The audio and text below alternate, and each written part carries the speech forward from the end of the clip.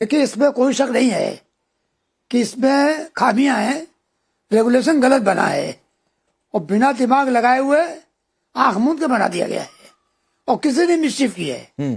परंतु इसके लिए मोदी जी को दोष देना गलत है। गलती हुई, मैं नहीं कह रहा गलती नहीं हुई है, पर सारी उनकी चीज अच्छाइयां थी वो एक पॉइंट में खत्म हो जाएंगी, मैं इसको नहीं मानता हूँ। अच्छा। और ये आज भी कोर्ट में सरकार के वकील ने कहा कि हम इसको देखेंगे, अध्ययन करेंगे, गलतियां हुई तो रेक्टिफाई करेंगे। गलतियां इंसान से होती हैं, 100 काम अच्छे किए, एक और भी अधिकारियों से गलती हुई नहीं तो क्या ये पहले रेक्टिफाई नहीं हो सकता था हरिशंकर जैन जी? और यूजीसी ऐसा तो नहीं है कि पहली बार विवादों में फंसा है, 10वीं उदाहरण है। नहीं, रेगुलेशन देखिए ऐसा है, एक रेगुलेशन 2012 बना था तो सुप्रीम कोर्ट में रिट आई, आज पेंडिंग है कि रेगुलेशन और अच्छा बनाया जाए। तो सुप्रीम कोर्ट ने कहा आप सारे चीज को देखते हुए अब बनाइए। तो बनाने वाले जो है वो कुछ और है, उसे डायरेक्ट मोदी कोई कनेक्शन नहीं है। ठीक है, गवर्नमेंट उनकी है तो जिम्मेदारी बनती है और उन्होंने कहा कि रेक्टिफाई करेंगे। पर इसकी वजह से 100 काम मोदी अच्छे किए, अगर एक खराब हो गया तो उसके लिए इतनी बड़ी बात नहीं हो सकती कि सारे काम खराब हो गए। सारे काम खराब हो जाए। दूसरी बात, सामाजिक समरसता रहे, जातिविहीन समाज रहे, ये हर आदमी चाहता है। और मैं बिल्कुल साफ कहता हूँ, इसीलिए मैंने रिट फाइल किया कि बच्चों में, विद्यार्थियों में जातिगत भेदभाव नहीं होना चाहिए।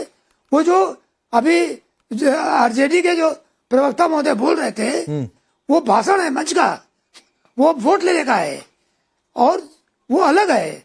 पर जहाँ बच्चे पढ़ रहे हैं, नौजवान पढ़ रहे हैं, ठीक, तो वहां से बच्चे बराबर हैं। ठीक है, ठीक है। सुधा मिश्रा जी, ये पैरेलल तस्वीरें भी हमने टेलीविजन स्क्रीन पर रखी हुई हैं। मैं आता हूं आपके पास। गणतंत्र दिवस समारोह का समापन बीटिंग द रिट्रीट के साथ होता है, उसकी तस्वीरें आपके सामने है टेलीविजन स्क्रीन पर। विजय चौक के पास से ये तस्वीरें। सुधा मिश्रा जी, सवाल आपसे इसके साथ ये है, ये सवाल पूछा गया तो राहुल गांधी ने जवाब ही देना जरूरी नहीं समझा? 3-4 बार सवाल पूछ लिया, ऐसी क्लैरिटी नहीं है क्या कि क्या बोलना है? राकेश जी, मैं सोच ही रही थी कि मोदी न बोले और राहुल के न बोलने पे प्रश्न नहीं हुआ अभी तक, कैसे डिबेट जाएगा आपका आगे? चलिए बधाई हो, आपने वो प्रश्न पूछ लिया। चलिए जवाब भी दे लीजिए, मानना पड़ेगा। नहीं मान लीजिए, जवाब भी दे लीजिए, बोलने दीजिएगा। नहीं, आपको बधाई कि आपको याद रहा कि नहीं, बधाई लेने देने का कार्यक्रम थोड़े नहीं है, जवाब दीजिए। नेहरू जी का नाम नहीं लिया, ये गड़बड़ी कर दिया आपने। अच्छा, आपके पास ये नाम नहीं आता, आपका डिबेट पूरा ही नहीं होता। चलिए बहुत बधाई कि इस डिबेट में मोदी सरकार की गलती नहीं है, मोदी सरकार को जानती नहीं थी। मोदी जी तो बिल्कुल भोले भाले, उनको तो पता ही नहीं था कि ऐसा कुछ नहीं, सरकार को तो देखना ही चाहिए था, कौन इससे इनकार करेगा? वो तो बाकी राहुल गांधी क्यों नहीं बोल पाए? ऐसी क्या मजबूरी हो गई? अरे हमारे भोले भाले प्रधानमंत्री जी को पता ही नहीं था कि नियम में क्या लिखा हुआ, अधिकारियों ने गलती कर दी, माफ कर देते हैं। अब राहुल जी ने उत्तर नहीं दिया। अरे जिस देश के प्रधानमंत्री को पता ही नहीं है कि क्या लिखा गया है, सुप्रीम कोर्ट रोके, उस देश के विपक्ष के नेता को क्या ही बोलना चाहिए? वो तो सोच रहे होंगे काश प्रधानमंत्री ने पढ़ लिया होता। अब आती हूँ, आपने इतने सारे प्रश्न पूछे, आपने देखा होगा इसी पैनल में जो विभेद है ना, जिसको करके ये सत्ता में आए लोग हैं, जो समाज को बांटते, आपको दिख गया होगा कि यही भेदभाव था कि आधे लोग बात कर रहे हैं कि गलत था, आधे कह रहे हैं कि गलत नहीं था। यही भेद करके राजनीति करने वाले, तो डिबेट में यही होता है सुधा जी, कई सारे लोग किसी मुद्दे पर सहमत होते हैं, असहमत होते हैं। लोकतंत्र में सहमति असहमति पर ही चर्चा होती है। आपको इससे भी गड़बड़ है, आपको लग रहा है कि एक तरफा पैनल होना चाहिए था क्या? राकेश जी, मैं बहुत बहुत प्यार से बोलना चाह रही हूँ। नहीं, बोलिए, आप प्यार से ही बोलिए, मैं कोई यहाँ कोई लड़ाई थोड़ी नहीं चल रही है। अरे सुनिए तो, आपके जो आपका पैनल है कि सरकार की गलती थी, सुप्रीम कोर्ट ने रोक लगाई, यही ना बात है, यही तो डिबेट चल रहा है आपका। अरे मैं पूछ रहा हूँ राहुल गांधी क्यों नहीं बोल पाए, कौन सी मजबूरी? लीजिए, अरे मतलब घर का मालिक बोले ना, पड़ोसी ने क्यों नहीं बोला, विपक्ष का नेता तब। अच्छा, राहुल गांधी हर बार वही करते हैं जो मोदी करते हैं। क्यों नहीं बोल पा रहे हैं राहुल जी? अच्छा, दिलीप चौहान कुछ बता रहे हैं, राहुल गांधी क्यों नहीं बोल पाए? प्रधानमंत्री देखिए राकेश पांडे जी, ये सबसे पहले जो जातिगत आरक्षण जो था, वो सबसे पहले कौन लेकर आया? कांग्रेस। SC/ST एक्ट कौन लेकर आया? कांग्रेस। लेकिन उसमें बढ़ चढ़कर भाग जो आगे, उसमें और भी आगे बढ़ चढ़ कर वो किसने काम किया? बीजेपी ने। तो हमारे लिए तो ये दोनों ही, कांग्रेस हो चाहे भाजपा हो, ये एक थाली के चट्टे बट्टे हैं। इन्होंने सवर्णों को अपने पैरों की जूती समझ लिया है, लेकिन आने वाला समय इनको बताएगा, आने वाला समय इन दोनों पार्टियों को बताएगा कि किस तरह से जो सवर्ण जो है, जो इन्होंने सर माथे पे रखा, जिन सवर्णों ने, आज वो सवर्ण जो है इन दोनों पार्टियों के, एक पार्टी कांग्रेस बिल्कुल अलग हो चुकी, आज खत्म हो चुकी, उसी तरीके से बीजेपी भी उसी राह पे नहीं, मुझे नहीं, वो तो ठीक है, ये आपका एलिगेशन ठीक, लेकिन रोहित भाई क्यों नहीं राहुल गांधी बोल पाए? क्या मजबूरी रही होगी? 30 सेकंड में बताइए। राहुल गांधी के मुंह में आइसक्रीम जम गया है जाड़ा में। राहुल गांधी, तेजस्वी यादव, अखिलेश यादव, ये सब लोग जो है सामाजिक न्याय के विरोधी लोग हैं। माननीय सुप्रीम कोर्ट का जो निर्णय आया है, उस निर्णय का गलत इंटरप्रिटेशन न हो, इसका मैं अपील करता हूं। देश में किसी भी प्रकार का जातीय धार्मिक उन्माद नहीं होना चाहिए। माननीय प्रधानमंत्री आदरणीय नरेंद्र मोदी जी के नेतृत्व में। अच्छा, एक मिनट रोहित भाई, एक मिनट। सुधा जी के पास सबसे आखिर में गया, वो भी बोलना चाह रही हैं।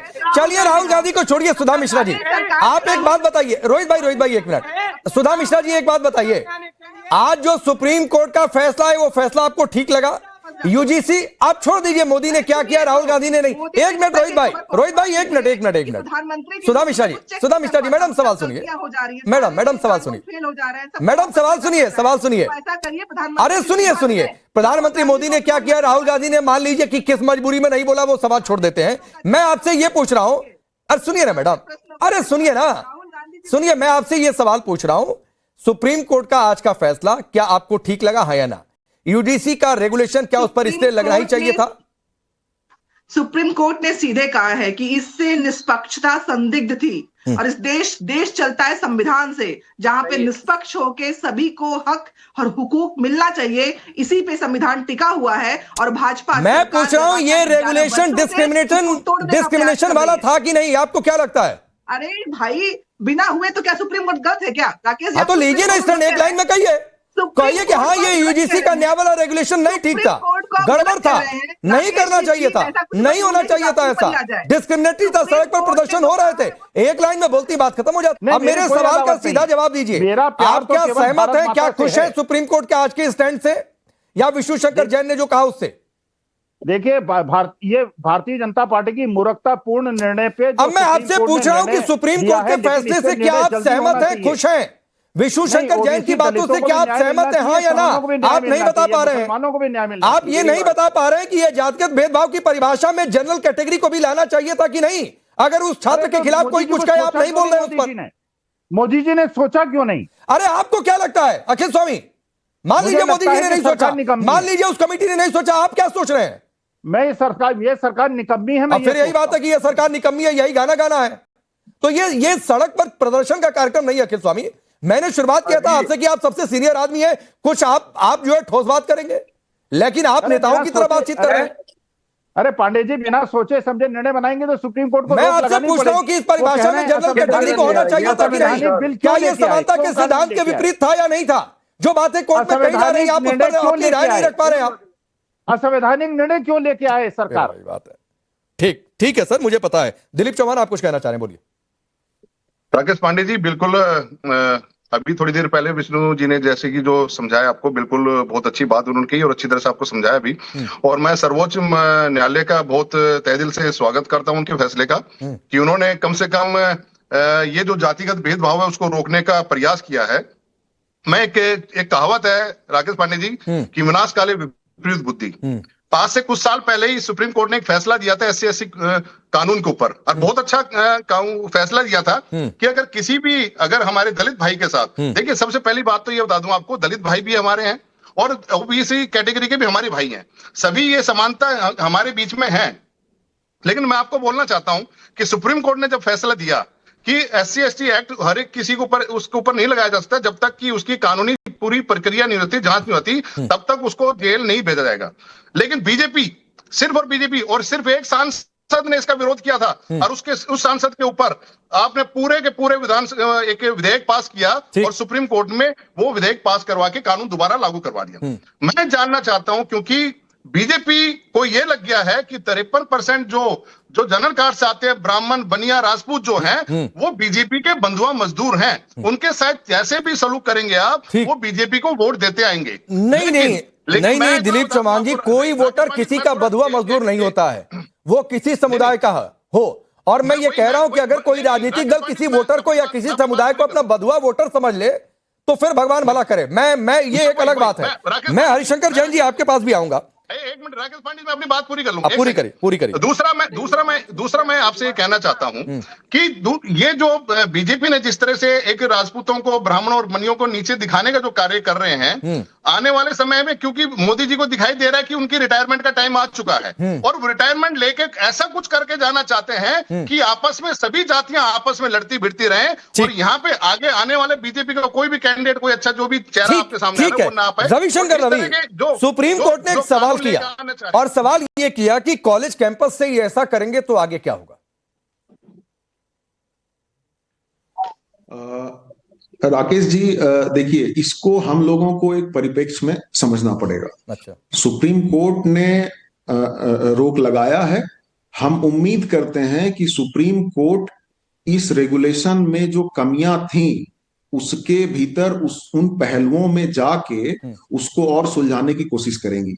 जैसे डिस्क्रिमिनेशन जो 2012 वाले रेगुलेशन में ज्यादा अच्छे तरीके से डिफाइंड था, वो इस रेगुलेशन में उस कदर डिफाइंड नहीं था। और देखिए, परिप्रेक्ष्य यही है राकेश जी कि जब 92 में मंडल कमीशन आता है नौकरी में रिजर्वेशन के लिए, तब भी विरोध होता है। ठीक है, विरोध करने का सबको अधिकार है। जब सेंट्रली फंडेड इंस्टीट्यूशन में 2007 में यूपीए 2 के टाइम में, सॉरी यूपीए 1 के टाइम में अर्जुन सिंह जी एचआरडी मिनिस्टर थे तब आता है 27% ओबीसी के लिए रिजर्वेशन, तब भी विरोध होता है। यूथ फॉर इक्वालिटी नाम की एक संस्था बनती है और न्यायपालिका सर्वोच्च न्यायालय में उस पर भी 10% की जो है एक कैप और कैटेगरी लागू होती है कि हमारा एक्सेलेंस और क्वालिटी डाइल्यूट ना हो। बाद में फिर उसमें दूसरे तरह के अमेंडेड जजमेंट्स भी आते हैं, रिवीजन भी होता है। तो आज जो ये हुआ है इसमें कमियां तो देखिए इस रेगुलेशन में थी क्या? अच्छा रवि भाई मैं एक चीज ऐड करता हूं। आपने कहा कमियां थी, मुझे एक कमी बताइए। क्या ये जनरल कैटेगरी के खिलाफ डिस्क्रिमिनेशन था या ना आपके हिसाब से? नहीं। अच्छा, नहीं था। सुनिए मेरी बात। ऐसा मैं क्यों कह रहा हूं नहीं था राकेश जी? मैं एक तो क्रूड उदाहरण दूंगा और एक इंस्टीट्यूशन से उदाहरण दूंगा।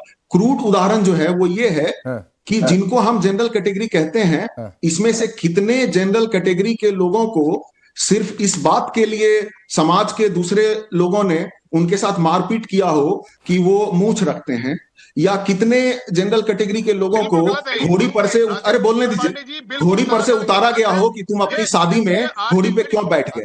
ये तो